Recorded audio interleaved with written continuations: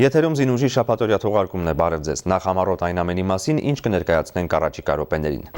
Ինչպիսին պետք է լինի միջազգային անվտանգության նոր բանաձևը, Մոսկվայում կայացավ անվտանգության հարցերով 6-րդ համաժողովը։ Սահմանամերձ համայնքների խնդիրները պաշտպանական գերատեսչության ուշադրության կենտրոնում, նախարար Վիգեն Սարգսյանն այցելել է Տավուշի մարզ։ Ապրիլյան քարոզիա պատերազմի հերոսներին մեծարում են նաև հարազատ դպրոցներում։ Արցախի հերոս Ռոբերտ Աբաջյանի անունով է անվանակոչվել կրթօջախը, որտեղ նա սովորել է։ Հայ-ադրբեջանական պետական սահմանին տիրող իրավիճակը ներկայացվել է ԵԱՀԿ պաշտոնյաներին, սահմանային դիտարկում Տավուշի մարզում։ Եվ պաշտպանության բանակի միավորումներում ու զորամասերում անց են կացվել ցուցադրական պարապմունքներ։ Ինչպիսին պետք է լինի միջազգային անվտանգության բանաձևը 21-րդ դարում, երբ մարդկությունը սկսում է բախվել նոր մարտահրավերների, որոնց դիմակայելու համար գոյություն ունեցող հին լուծումներն այլևս արդյունավետ չեն։ Այս խնդրի քննարկմանն էր նվիրված միջազգային անվտանգության Մոսկովյան 6-րդ համաժողովը, որին մասնակցում էր նաև Հայաստանի պաշտպանության նախարար Վիգեն Սարգսյանը։ Զինուժի նկարանող խումբը նույնպես Մոսկվայում էր։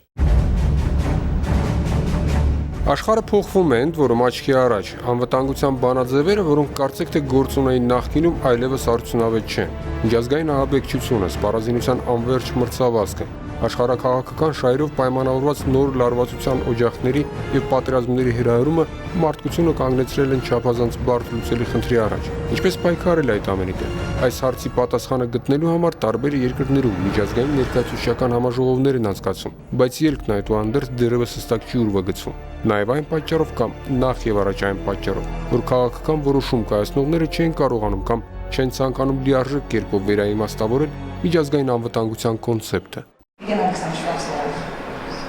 Մոսկովյան համաժողովին ունեցած ելույթի առանցքում նախարար Սարգսյանի հիմնական ուղերձը հենց սա էր։ Այսօր գոյություն ունեցող հակամարտությունների բացարձակ մեծամասնությունն անհնար է լուծել զենքի միջոցով։ Իհարկե, սրացումների միջոցով կարելի է խթանել բանակցային գործընթացները, բայց նման խթանների հետևանքները բարդ կանխատեսելի են կամ ընդհանրապես անկանխատեսելի։ Ռազմական գործողությունները ցանկացած պարագայում ավարտվում են խաղաղ բանակցություններով, փոխզիջումներով, կրակի դադարեցման համաձայնագրերով։ Արդյունքում ստացվում է, որ իրավամբ առաջընթացով եւ մարդկության բեկումնային գիտական հաղթանակներով նշանավորված 21-րդ դարի պատերազմների եւ դաժանությունների ամբողջ սարսափը ծառայում է կողմերի բանակցային դիրքորոշումների մեղմացմանը, այսինքն մեզ որոշումների կայացման համար պատասխանատուներից դարձնում է առավել համարժեք եւ սթափ դատող։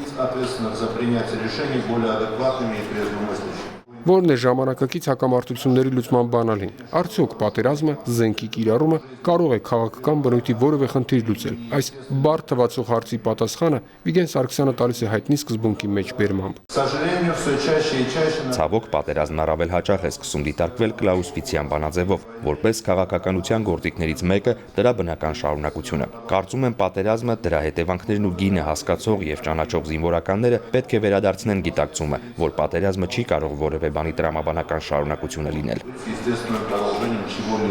Անվտանգային հիմնախնդիրների խորքային պատճառներից մեկն ըստ Վիգեն Սարգսյանի նաև նոր իրողություններն են, որոնք փոխում են մեր պատկերացումները ավանդական ու բարդ թվացող երևույթների վերաբերյալ, մասնավորապես կապված տարածաշրջան հասկացության արմատական վերափոխման հետ։ Այն աշխարհագրական ձևավորումը, որ երեք աքսիոմատիկ կերպով ընկալվում էր որպես տարածաշրջան, այսօր մի ամբողջ շարք այլ նոր, մինչ այդ անհայտ տարածաշրջանների մաս է հանդիսանում։ Տեղի է ունենում գլոբալացում ոչ պետական դերակատարների, որոնք ինքնուրույն սկսում են աշխարհի քարտեզի վրա նոր տարածաշրջաններ ձևավորել, ահաբեկչական խմբերի ու դրանց ուժերի կենտրոնների տարածաշրջաններ։ Տարածաշրջաններ, որոնք առավել հասանելի են ԻԼԻՊ-ի շարքերի հավաքագրման համար, ատելության քարոզի առավել հեշտ տարածման տարածաշրջաններ։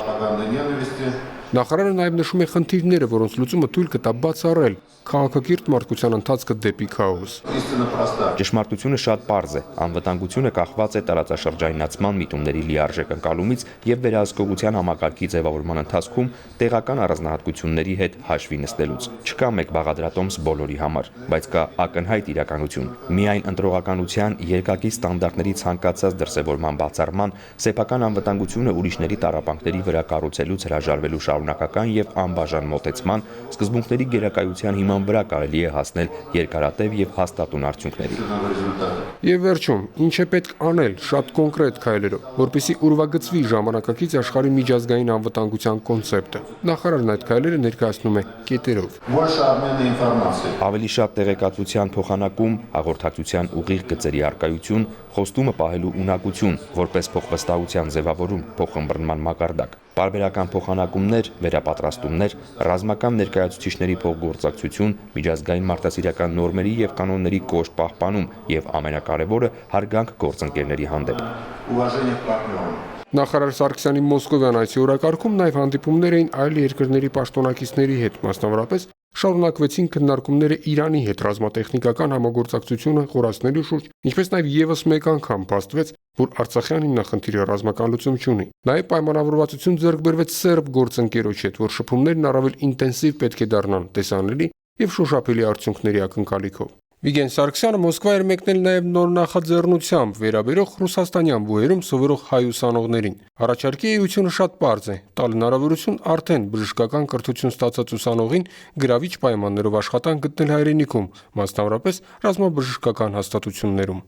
Գաղափարը առաջարկի հետևյալն է. դուք ստեղ սովորել եք մեծ մասը վճարովի հիմունքներով, վճարելով ձեր կրթության համար ստացել եք մասնագիտություն։ Ստեղ ավարտելով բժշկական համալսարաններ, դուք մի մասը տարակ ստանում եք առաջարկներ, մի մասը ինչպես ցանկացած տեղ մասնագետը երիտասարդ սկսում է որոնել աշխատանք։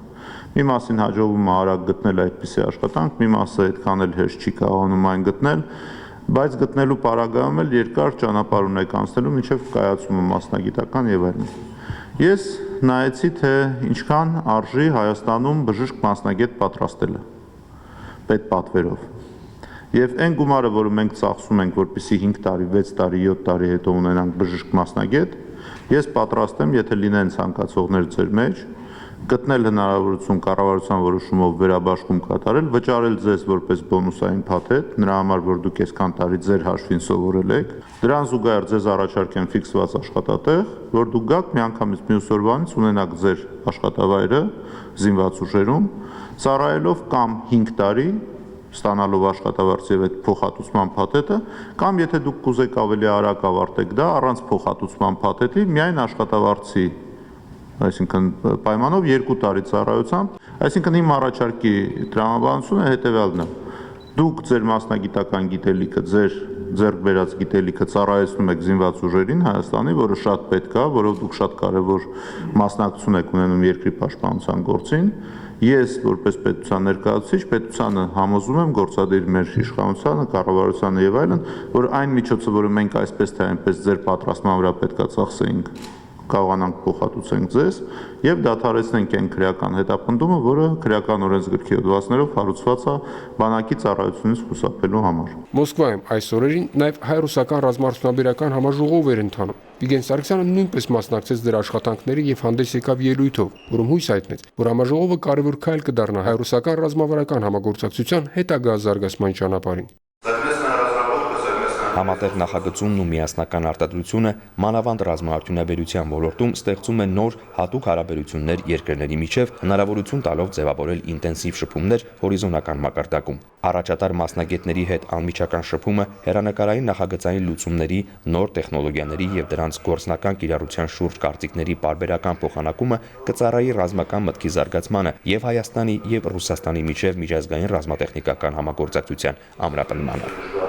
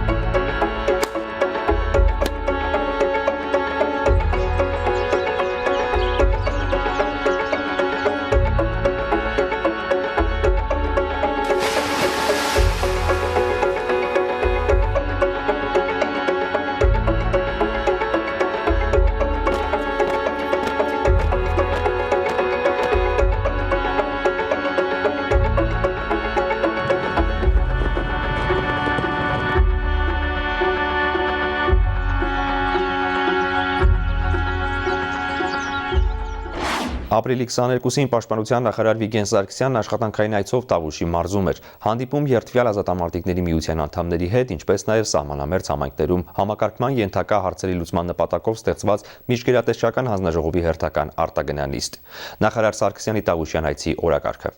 Հայրենիքը սկսվում է սահմանից եւ ամուր է ինչպես սահմանը զգող զինվորականներով, այնպես էլ հայրենի հողը մշակող սահմանամերձ համայնքի գյուղաբնակներով։ Եվ պատահական չէ, որ իր դեռևս համատաբար կարճատև պաշտոնավարման ընթացքում Վիգեն Սարգսյանն արդեն 8-րդ անգամ է, ինչ աշխատանքային այցով եղավ Տավուշի մարզում։ Աշխատանքային հագեցած օրակարգում առաջին հանդիպումն էր մարզի երդվել ազատամարտիկների միության անդամների հետ։ Շնորհակալություն հայտնելով միության անդամներին զինված ուժերին սատար կանգնելու պատրաստակամության համար, Վիգեն Սարգսյանը նկատեց, որ մեր երկրի սահմանների պաշտպանունակության գլխավոր բաղադրիչներից մեկը ազգ բանակ գաղափարախոսության հիմնասյունը հանդիսացող հայրենիքը ազգովի պաշտպանելու պատրաստակամությունն է։ Երբ ես ասում եմ, որ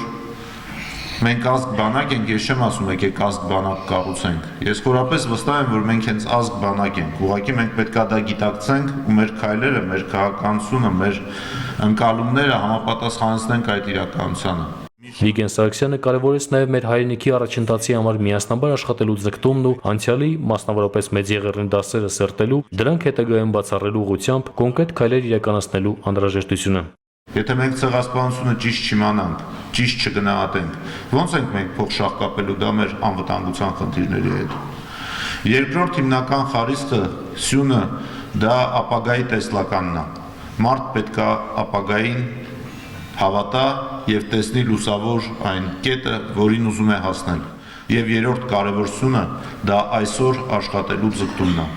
Մենք պետք է մշտապես պատրաստ լինենք հնարավոր ագրեսիային անհամաչափ մարդկային ռեսուրսներով հակազդելուն, ինչն իր հերթին պարտադրում է առաջադրել եւ գործածության մեջ դնել նոր լուծումներ եւ ծրագրեր։ Այս համատեքստում նախարարը անդրադարձավ նաեւ ապրիլի 20-ին ազգ բանակ ֆորումի ընթացքում ներկայացված «Ես եմ եւ պատիվ ունեմ» ծրագրերին, ներկայացրեց դրանց նպատակներն ու ակնկալվող արդյունքները։ Դա պահանջելու է աշխատանք, դա պահանջելու է բացատրական աշխատանք, պահանջելու է քննարկումների լայն փուլ։ Մենք պատրաստ ենք այդ ամեն ինչին, որովհետև դա նպաստելու է մեր երկրի պաշտպանունակությանը,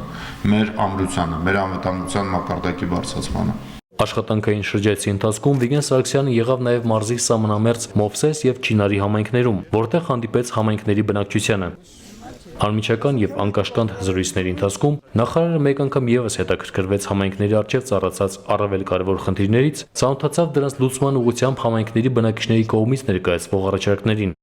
Նախարարի հետ հանդիպմանը ներկայացել էր նաև մինչև ատամները զինված Նարեկը։ Սահմանամերձ Չինարիի փոքրիկ պաշտպանը, չնայած տարիքին, արդեն վճռել է, թե ինչ պետք է դառնա դպրոցն ավարտելուն պես։ Զինվոր։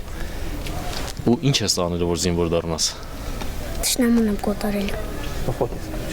Հրաժեշտ տալով ապագա գեներալին ուղևորվում ենք Իջևան, որտեղ նույն օրը երեկոյան կայացավ սահմանամերձ համայնքներում համակարգման ենթակա հարցերի լուծման նպատակով ստեղծված միջգերատեսչական հանձնաժողովի արտագնանիստը։ Այն ղեկավարեց հանձնաժողովի նախագահ Հայաստանի Հանրապետության պաշտպանության նախարար Վիգեն Սարգսյանը։ Նիստի ընթացքում սահմանամերձ համայնքներում իրականացված ուսումնասիրությունների, կատարված եւ ընթացիկ աշխատանքների վերաբերյալ զեկույցներով հանդես եկան հանձնաժողովի կազմում ընդգրկված գերատեսչությունների ներկայացուցիչները, համայնքների ղեկավարները, ինչպես նաեւ մարզում տարաբնույթ ծրագրեր իրականացնող միջազգային կառույցների ներկայացուցիչները։ Կարևորելով միջգերատեսչական փոխգործակցության բարձր մակարդակը, պաշտպանական գերատեսչության ղեկավարը վստահություն հայտնեց, որ հանձնաժողովի գործունեությունը տեսանելի ապագայում արդեն նպաստելու է սահմանամերձ համայնքներում առկա խնդիրների համակարգմանն ու լուծմանը։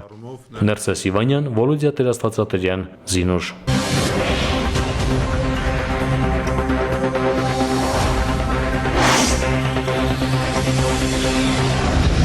Գեներալ գնդապետ Ալեքսանդր Դվորնիկովի գլխավորությամբ ապրիլի 26-ից 28-ը Հայաստանում էր գտնվում Ռուսաստանի Դաշնության պաշտպանության նախարարության պատվիրակությունը։ Աշխատանքային այցի շրջանակում ապրիլի 28-ին կայացել է հարավային ռազմական շրջանի հրամանատարի հանդիպումը Հայաստանի Հանրապետության զինված ուժերի գլխավոր շտաբի պետ գեներալ-լեյտենանտ Մովսես Հակոբյանի հետ։ Քննարկվել են Հայաստանի Հանրապետության զինված ուժերի եւ Ռուսաստանի Դաշնության զինված ուժերի զորքերի միացյալ խմբավորման դերն ու նշանակությունը, ինչպես նաեւ ընթացիկ տարում Հայաստանում կայանալիք փոխգործակցություն եւ Ռուսաստանում ու Հայաստանում նախատեսված որոնում համատեղ զորավարժությունների նախապատրաստման ու անցկացման պլանավորումը, երկկողմ հետաքրքրություն ներկայացնող այլ հարցեր։ Ապրիլի 27-ին Տավուշի մարզում ԵԱՀԿ գործող նախագահի անձնական ներկայացուցիչի գրասենյակն անցկացրել է հայ-ադրբեջանական սահմանագոտու հերթական դիտարկումը, որի ժամանակ կրակի դադարեցման ռեժիմի խախտումներ չեն արձանագրվել։ Հայկական կողմից դիտարկումն իրականացրել են ԵԱՀԿ գործող նախագահի անձնական ներկայացուցիչի դաշտային օգնականներ Գենադի Պետրիկան եւ Մարտին Շուստերը։ Սահմանային դիտարկումից առաջ Տավուշի մարզպետարանում կայացել է բրիֆինգ, որի ընթացքում ԵԱՀԿ պաշտոնյաներին է ներկայացվել շփման գծում տիրող իրավիճակը, հակառակորդի կողմից հրադադարի ռեժիմի խախտման դեպքերի վիճակագրությունը, ուշադրություն հրավիրելով հատկապես սահմանամերձ գյուղերի եւ ճանապարհների ուղղությամբ ադրբեջանական զինուժի արձակած կրակոցներին։ Ավարտվեց վոլեյբոլի ամենամյա համաբանակային առաջնությունը մրցանակային տեղերի համար այս շաբաթ մրցեցին նախորդ երկու փուլերը հաղթահարած թիմերը։ Առաջին պատվավոր տեղը զբաղեցրեց 4-րդ բանակային զորամիավորման հավաքականը, երկրորդ եւ երրորդ մրցանակային տեղերը զբաղեցրին համապատասխանաբար Պաշտպանության նախարարությունը ներկայացնող թիմը եւ Հայաստանի ու Արցախի զինված ուժերի փոխգործակցության շրջանակում առաջնությանը մասնակցող Պաշտպանության բանակի հավաքականը։ Համաբանակային առաջնության ընթացքում լավագույնս հանդես եկած մարզիկներին հանձնվել են պատվոգրեր, թիմային հաշվարկով առաջին 3 տեղերը զբաղեցրած վոլեյբոլի թիմերն էլ արժանացել են գավաթների։ Մենք տալիս ենք հնարավորություն, որ մարդիկ զբաղվեն իրենց առողջությամբ, ֆիզիկապես առողջ լինեն, կոփվեն եւ մասնակցեն մրցաշարին, որը եւ ազդում է մարտական պատրաստության որակի վրա։ Պահանջատիրություն եւ 102 տարի առաջ Օսմանյան կայսրության իրականացրած ցեղասպանության անմեղ զոհերի հիշատակի ոգեկոչում այս գաղափարն էր օրերս զինված ուժերի զորամասերից մեկում համախմբել զինծառայողներին եւ դպրոցականներին։ Միջոցառման ընթացքում ծաղիկներ են խոնարհվել Մեծ Եղեռնի 100-ամյակի արդիվ զորամասում կանգնեցված խաչքարի առջև։ Հովհաննես Պարաշյան, Զինուշ։ Զորքերի մարտունակության ապահովման կարևոր նախապայմաններից մեկը զինծառայողների մարտավարամասնագիտական ցուցադրական պարապմունքներն են, որոնց ժամանակ անձնակազմն ցույց է դնում իր գիտելիքներն ու փորձառությունը։ Արցախի պաշտպանության բանակը զինծառայողների մարտունակությունը բարձր պահելու նպատակով պարբերաբար անցկացնում է նմանօրինակ ուսումնական պարապմունքներ։ Տարակային մարտավարական եւ ֆիզիկական պատրաստություն, ահա այն հիմնական առարկաները, որոնք կազմում են մարտական պատրաստության առանցքը եւ հանդիսանում յուրաքանչյուր ստորաբաժանման եւ անհատ զինծառայողի մարտունակության բաղադրիչները։ Կարևորելով այս հանգամանքը Արցախի Հանրապետության պաշտպանության նախարար, Պաշտպանության բանակի հրամանատար գեներալ լեյտենանտ Լևոն Մնացականյանի վերահսկողությամբ եւ անմիջական մասնակցությամբ Պաշտպանության բանակի միավորումներում եւ զորամասերում անց են կացվել ցուցադրական պարապմունքներ նշված առարկաների գծով, որոնց ընթացքում հանրակրկիտ ներկայացվել են այն բոլոր հարցերը, որոնք պետք է տեղ գտնեն եւ իրականացվեն զինծառայողների կողմից նման պարապմունքների ժամանակ։ Վաղվա մեր հաջողություններն ու հաղթանակները կախված են լինելու այն հանգամանքից, թե ինչպես ենք այսօր ուսուցանվում եւ յուրացնում այն տեսական գիտելիքներն ու գործնական հմտությունները, որոնք մատուցում են մարտական պատրաստության պարապմունքների ժամանակ։ Մասնավորապես նշել է Լևոն Մնացականյանը ու նաեւ ավելացրել, որ մենք իրավունք չունենք ժամանակ պատնելու եւ նման գործընթացների մատների արանքով նայելու։ Բազմաթիվ անգամ իմ կողմից նշվել է եւ կարեւորվել 3 առարկա. մարտավարական պատրաստությունը, կրակային պատրաստությունը եւ ֆիզիկական պատրաստությունը։ Այսինքն այն մարտական պատրաստության այն ուղղությունները, որոնք որ իհարկե առաջին ամենից կարևոր էական նշանակություն ունեն հաջող մարտ վարելու համար։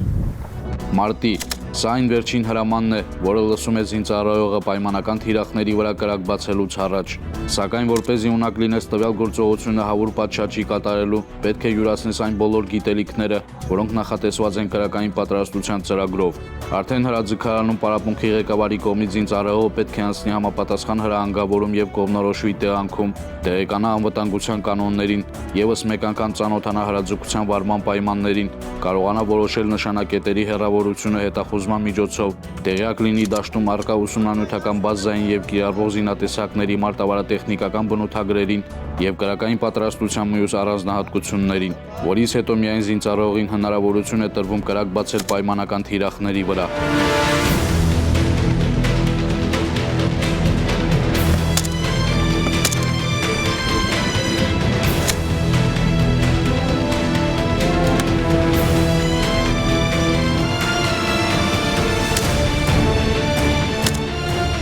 Զինծառայողը նախ եւ առաջ պետք է իմանա տիրապետի իր զենքը, սպառազինությանը եւ ռազմական տեխնիկային, որից հետո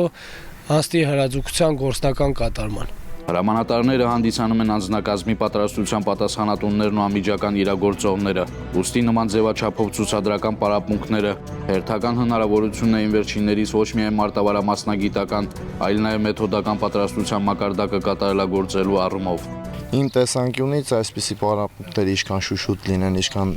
ավելի հետաքրքիր եւ ուսումնանյութական բազան հարուստ անցկացվեն, այդքան զինծառայողների մոտ հետաքրքրությունը ավելի շատ կլինի եւ ձգտումը դեպի լավ կրակելը, դեպի լավ պարապմունքներ անցկացնելը եւ հետո հետագայում անհրաժեշտության դեպքում, եթե պետք լինի, իրանք կարողանալու են տա գործնականում արդեն ոչ թե թիրախի վրա, այլ իրական հակառակորդի վրա կիրառեն։ Որքան էլ զարգանան տեխնիկան ու սպառազինությունը, զորքերը ղեկավարվեն հեռակառավարման վահանակներով, մարտի դաշտում ճիշտ կողմնորոշվելու եւ տեղաշարժվելու, հակառակորդին խոցելու ունակ եւ ֆիզիկապես կոփված զինծառայողները մնալու են ռազմական թատերաբեմի հիմնական դերակատարները։ Ուստի այն ինչ ցուցադրվեց պարապմունքների ժամանակ եւ ինչը նաեւ ուսուցանվում է մարտական պատրաստության ամենամյա ծրագրով, մնալու է զորքերի մարտունակության ապահովման կարևորագույն նախապայմանը։ Արման Ավանեսյան, Մասիս Բեգլարյան, Զինուժ։ Այս շաբաթ Երևանի ավականու որոշմամբ մայրաքաղաքի դպրոցներից մեկը, մասնավորապես այն կրթօջախը, որտեղ սովորել էր Արցախի հերոս Ռոբերտ Աբաջյանը, անվանակոչվեց նրա անունով։ Հանդիսավոր արարողությանը ներկա էին հերոսի հարազատներն ու դասընկերները։ Խորհրդանշական տարբերանշանը կրում են աշակերտները, ուսուցիչները, հյուրերը։ Արցախի հերոսը համար 147-րդ դպրոցի շրջանավարտ է։ Ռոբերտ Աբաջյանի մասին խոսում են հպարտորեն ու կարոտով։ Ինքը ստեղ կրթություն է ստացել, հպարտ ենք, որ այտենց տղա է ինքը։ Կրտսեր դպրոցականները պատմում են քարորյա պատերազմի հերոսի մասին, լսել են դասեր քաղել նրա սխրանքից, հիմնական ասելիքն ուսուցիչներն են փոխանցում։ Ռոբերտին դասավանդել են ու հենց այդ տարիներին նկատել նրա հայրենասիրությունն ու խիզախությունը։ Որպես մարդ, որպես ընկեր, անգնահատելի բնավորություն ուներ Ռոբերտը, շփվող, աշխույժ, կատակասեր, կարելի ասել հումորը նրա անպակաս մասն էր կազմում։ Նախնական զինվորական պատրաստության դասասենյակն անվանակոչեցին Ռոբերտի անունով, ստեղծեցին անկյուն պարգևների համար։ Դպրոցական ներկա բացական այստեղ ավելի շատ զինվորական է, անվանական չսկսում են հերոսին ներկա դնելով։ Դասից սկսելուց առաջ ներկա բացակա անելու ժամանակ միշտ կարդում եմ Արցախի հերոս Ռոբերտ Աբաջյան, բոլոր աշակերտները ներկա նոր շարունակում ենք մնացած ներկայացականներն ու դասերը։ Դասարանն անվանակոչված է, այսուհետև դպրոցը նույնպես 147-րդ հիմնական կրթօջախն այսուհետև կկրի Արցախի հերոսի անունը։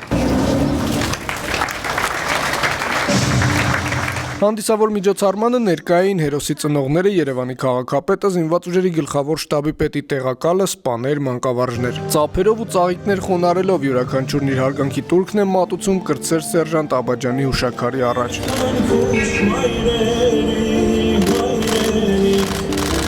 Զինված ուժերի գլխավոր շտաբի պետի տեղակալ գեներալ լեյտենանտ Ստեփան Գալստյանը ողջունեց ներկաներին ու վստահեցրեց, այս դպրոցն անձամբ կլինի իր ուշադրության կենտրոնում կրտսեր ընկերոջ սխրանքի մասին նոր սերնդին պատմելու ու նրա հերոսական քարորյան ներկայացնելու համար։ Մեր աշակերտները, զինվորները գնալով Ռոբերտ Աբաջյանի անվան դպրոցից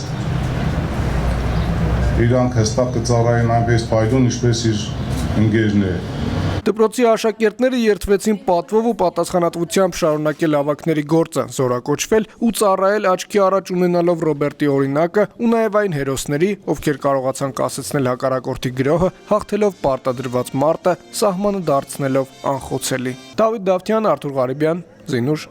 Ռազմական ոստիկանություն։ Ռեժիմային այս կառույցի գործունեությունը երբեմն ընկալվում է որոշակի կարծրատիպերով, սակայն ռազմական ոստիկանի գործողությունները խիստ են այնքանով, որքանով նպաստում են բանակում հանցավորության դեմ պայքարին, օրինականության ու կարգապահության ամրապնմանը։ Օրերս ռազմական ոստիկանություն էին այցելել Հայաստանի ամերիկյան համալսարանի ուսանողները։ Ռազմական ոստիկանության գործառույթներն ու կատարած աշխատանքի արդյունքները ուսանողներին է ներկայացնում գեներալ-մայոր Սամվել Ղուկասյանը։ Ռազմական ոստիկանության պետը կետ-առ-կետ անդրադառնում է ձեռքբերումներին, կառույցի առջև դրված խնդիրներին։ Գեներալ Ղուկասյանի վստահեցումն է, ռազմական ոստիկանության որդեգրած մարտավարության, իրականացված օպերատիվ միջոցառումների արդյունքում վերջին տարիներին զինված ուժերում էապես նվազել են կոռուպցիոն ռիսկեր պարունակող դեպքերն ու ծանր հանցագործությունները։ Ամրապնդվել է զինվորական կարգապահությունը։ Ռազմական ոստիկանության շտաբի պետն էլ հավելում է, միշտ լինելով զինվորականների հետ ու նրանց կողքին, ռազմական ոստիկաններն ունեն մեկ նպատակ՝ բարձր պահել բանակի մարտունակությունը։ Ռազմական ոստիկանությունը բանակի մի մասնիկն է եւ կոչված է օժանդակելու բանակին, շարային ստորաբաժանումներին իրենց առջև դրված կարգապահության հետ կապված խնդիրների կատարմանը եւ մենք չենք տարբերում այս բանակից եւ պատերազմի ժամանակ եւ պատերազմական գործողություններից հետո եղել ենք բանակի կողքին։ Ուսանողների այցը ռազմական ոստիկանություն առաջին անգամը բնականաբար հետաքրքրող վայրերն ու հարցերն էլ քիչ չեն։ Նիստերի դահլիճից դեպի ընդունիչ բաշխիչ կայաններ ու մեկուսարաններ, շրջայցը հագեցած է ու նաև ուսուցողական։ Ուսանողական հարցերի առանցքում հատկապես հանցագործություն կատարած զինվորների նկատմամբ ցուցաբերվող վերաբերմունքն է, պատժի ժամկետներն ու կարգապահական մեկուսարանների պայմանները։ Ինչ որ այսօր տեսա եւ լսելի շատ էին տարբերվում իրարից, սակայն ես շատ գոհ մնացի նրանց պատասխաններից հարցերին։ Շատ ակտիվ էին եւ շատ կառուցողական հարցեր էին տալիս մեզ, որոնք ինչին չէ, նաեւ ուսանելի են մեր համար։ Զինված ուժերի կառավարման համակարգի եւ իրավապահ մարմինների գործունեության տարերն ու առանձնահատկությունները ապագա իրավաբաններին ու լրագրողներին, տնտեսագետներին ու դիվանագետներին ներկայացնելը ժամանակի պահանջ է։ Պաշտպանության նախարարության մարդու իրավունքների եւ բարեվարկության կենտրոնի պետ Ալիկ Ավետիսյանի պնդմամբ նմանօրինակ նախաձեռնությունները ազգ բանակ գաղափարի մի մասն են կազմում եւ պետք է շարունակական բնույթ կրեն։ Ուսանողությունը հանդես գալը որպես քաղաքացիական հասարակության միջուկ եւ քաղաքացիական հասարակության ձևավորման պլազդարմ ըստ էության մենք խնդիր ունենք, որպեսզի կարողանանք իրենց հստակ ներկայացնել բանակը ներսից։ Այսինքն շատ-շատեր ուսանողներից, գիտեք դուք նաեւ շփվեցիք իրենց հետ, շատերը ծառայել են, մի մասը նոր են պատրաստվում գնալ ծառայության եւ բնականաբար իրենք պետք է բանակի վերաբերյալ իրական պատկերացումներով գտնվեն։ Հովհաննես Պարաշյան, Ռոմեն Ծատուրյան, Զինուշ։ Պաշտպանության նախարարությունը եւ Արարատ ռեզորտ հյուրանոցային համալիրը ստորագրել են հուշագիր, որի համաձայն ամեն ամիս սպայական 3 ընտանիք անվճար կհանգստանա Ծաղկաձորում։ Ծրագրում ընդգրկված են այն սպաները, ովքեր ծառայում են առաջնագծում։ Հայաստանի գեղատեսիլ վայրերից մեկում Սոճուտների պուրակում ու Լեռնային Գողտրիկ անկյունում է տեղակայված Արարատ ռեզորտ հյուրանոցային համալիրը։ Դռներից դուրս Ծաղկաձորի անտառային բնությունն է, ներսում բարձրակարգ հանգիստն ու հաճելի ժամանցը։ Այս օրերին հյուրանոցային համալիրում անվճար հանգստանում են առաջնագծում ծառայող սպաներն ու նրանց ընտանիքները։ Պաշտպանության նախարարության եւ հյուրանոցի տնօրինության համատեղ նախաձեռնության մեկնարկը տրվել է շուրջ 2 ամիս առաջ։ Ստորագրել ենք Պաշտպանության նախարարության եւ տվյալ ընկերության միջև հուշագիր, որի համաձայն յուրաքանչյուր ամիս 3 զինծառայողների իրենց ընտանիքի անդամներով կարող են հանգստանալ Ծաղկաձորում գտնվող բարձրակարգ հանգստյան տանը։ Ընտանեկան հանգստի 10-օրյա փաթեթ սահմանային զորամասերում ծառայող սպաներին յուրաքանչյուր ամիս ծրագրում ներառվում են սպայական 3 ընտանիքներ։ Ընտրությունը կատարվում է զորամասերի հրամանատարության կողմից առաջնահերթությունը տալով հակառակորդի դիվերսիոն հետագործական խմբերի չեզոքացմանը մասնակցած ակտիվ մասնակցություն ցուցաբերած մարտական հերթապահությունում աչքի ընկած բարձր առաջադիմություն ունեցող զինծառայողներին։ Մենք փորձեցինք ինչ որ մեր մի փոքր լուման թեկուզ մեր հայ զինվորների համար անել, որպեսզի այդ մարդիկ էլ իրենց լավը զգան ու կարողանան մի փոքր իրենց այդ առօրյա այդ հոգսերից կտրվեն։ Սպայի ծանր աշխատանքից հետո իհարկե անհրաժեշտությունը կա միանշանակ, որ նման տիպի վայրում հանգստանա։ Սենյակները կահավորված են, միջավայրը ընտրված ու ստեղծված բնության հետ ներդաշնակ հանգիստ անցկացնելու, լեռների մաքուր օդն ու շրջակա բնապատկերները վայելելու, ծառայողական հոգնությունը թոթափելու համար։ Ժամանակակից կահավորմամբ ու լավագույն լուծումներով հագեցած հյուրանոցային համալիրի ծառայությունների մասին դրական են արտահայտվում բոլորը։ Ամեն ինչ արված է հյուրերի ժամանցը հետաքրքիր ու բովանդակալից կազմակերպելու համար։ Հանգստանում ես լիարժեք ընտանիքիդ հետ, հետո նորից լիցքավորված ոնց որ վերադառնաս ու գնաս ծառայության։ Շատ հաճելի էր, շատ ուրախ ենք, գոհ եւ շնորհակալ։ Շատ ընտանիքներ կան, որ սպան լինում է մեկ այլ աշխատանքային վայրում, իսկ ընտանիքը մեկ այլ վայրում։ Սա եւս մեկ հնարավորություն է տալիս, որ միասին հանգստանան լիարժեք, վայելեն թեկուզ մի քանի օրը, բայց վայելեն այդ մի քանի օրը միասին։ Բանակը բոլորի հպարտությունն է, ուստի յուրաքանչյուրի պարտքն է լինել զինված ուժերի կողքին, օգնել ու աջակցել ինչով կարող է։ Նախաձեռնության հեղինակներն են ընդգծում ու հավելում։ Պաշտպանության նախարարության եւ հյուրանոցային համալիրի համատեղ ծրագիրը շարունակական է լինելու, որպեսզի դրանում ներգրավեն հնարավորինս շատ սպաներ, թարմ ու կենսական լիցքերով համակված ծառայությունը շարունակելու նպատակով։ Հովհաննես Պարաշյան, Ներսես Իվանյան, Վոլոդիա Տեր-Աստվածատրյան, Զինուշ։ Այսօրվա համար նախատեսել էինք այսքանը։ Մնացեք խաղաղությամբ եւ մինչեւ նոր հանդիպում։